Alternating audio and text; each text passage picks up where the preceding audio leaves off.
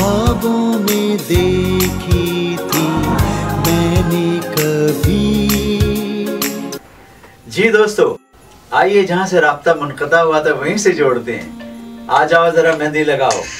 और उसी गाने को जब हम करने लगे तो उसी दौरान अच्छी तरह से मुझे याद है कि आ जाओ ज़रा मेहंदी लगाओ में हमने वो लाइन जो लिखा, उसके बाद में सुबह मिला मोहम्मद नासिर साहब से, तो उन्होंने बताया गया तुमने अच्छी लाइन बनाई है, सही है, ठीक है।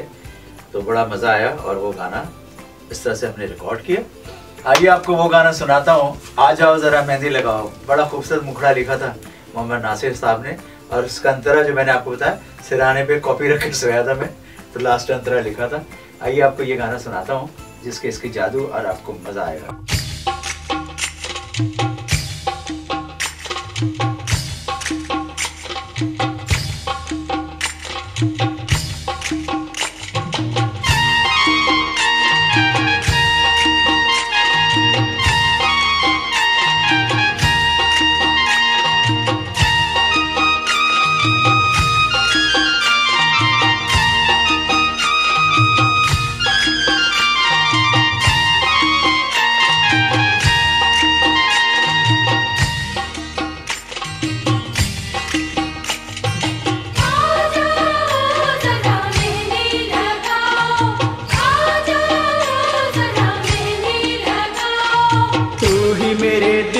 बरसों से बसी थी यही बात मैंने गीतों में कही थी, याद मुझको है तू सुन के हंसी थी।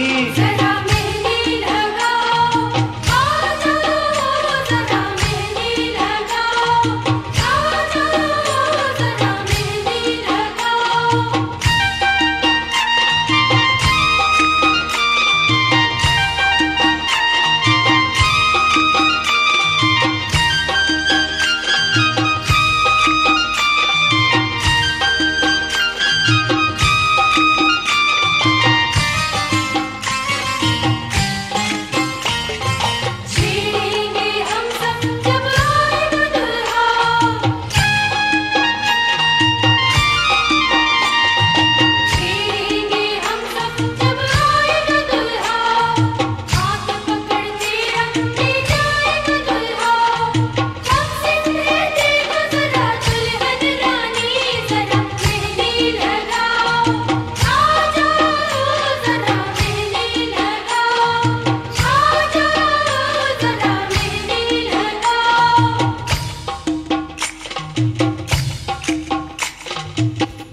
ये है वो गाना जो हर शादी, हर मेहंदी पे, हर माइयों पे हमेशा बजता है, बज रहा है, बजता है।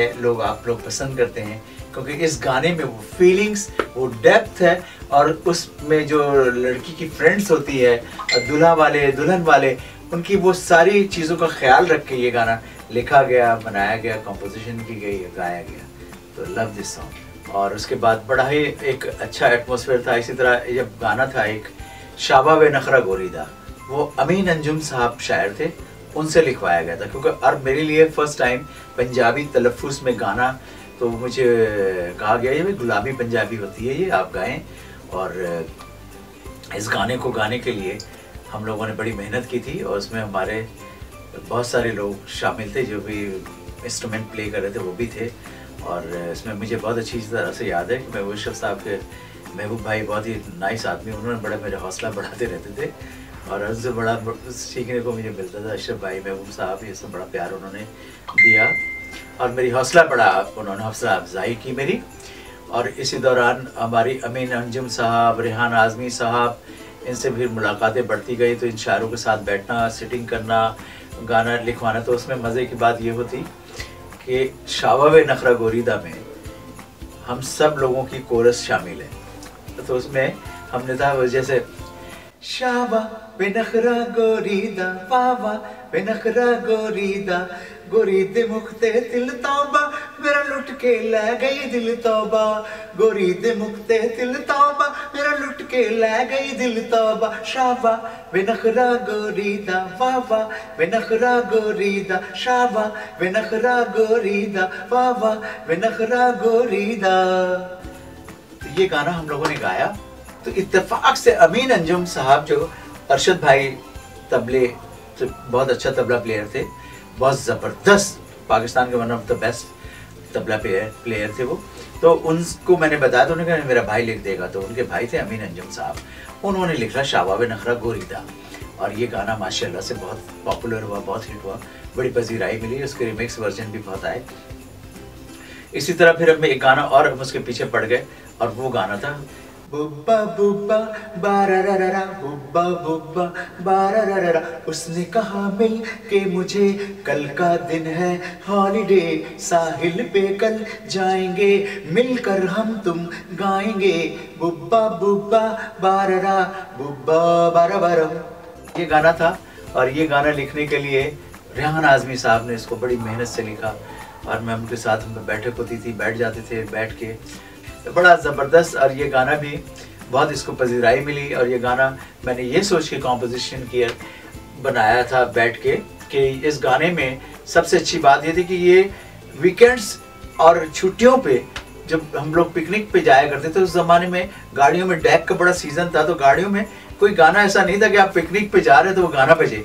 तो इसको कंसीव करके, इसको माइंड में रख के मैंने ये गाना बनाया था कि ये गाना होना चाहिए, और ये गाना काफ़ी पॉपुलर हुआ और काफ़ी पजीराई मिली, इसको बहुत लोगों ने बहुत पसंद किया, और इसकी म्यूज़िक अरेंजमेंट में बहुत मेहनत की थी अरशद साहब ने, बहुत ही खूबसूरत अरेंजमेंट है, बहुत अच्छा।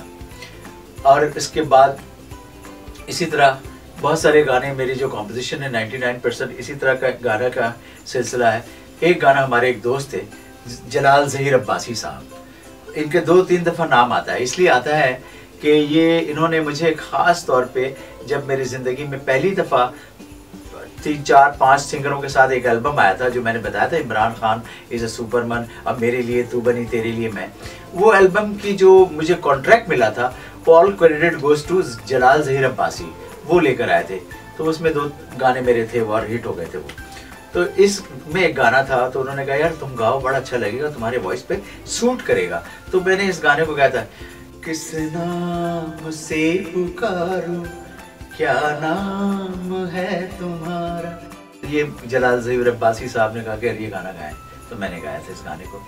दिल जो तुझ पे आया है, प्यार का बादल छाया है, तेरे प्यार की खुशबू ने ख्वाबों को महकाया है, आओ करें ये वादा, आजा आजा। इस टाइप का ये गाना था, और बड़ा पसंद किया गया, इसको बड़ा पजीराई मिली, क्योंकि इसकी म्यूज़िक अरेंजमेंट बहुत अच्छा, महबूब अशरफ साहब ने बहुत अच्छा खूबसूरत म्यूज़िक अरेंजमेंट किया, और अज़हर भाई के जो उनका कीबोर्ड था, एमुलेटर्स बनाकर बड़ा खूबसूरत, तो उसमें ईस्टर्न एंड वेस्टर्न को कोलैबोरेट किया उन्होंने, और बहुत ही अच्छा।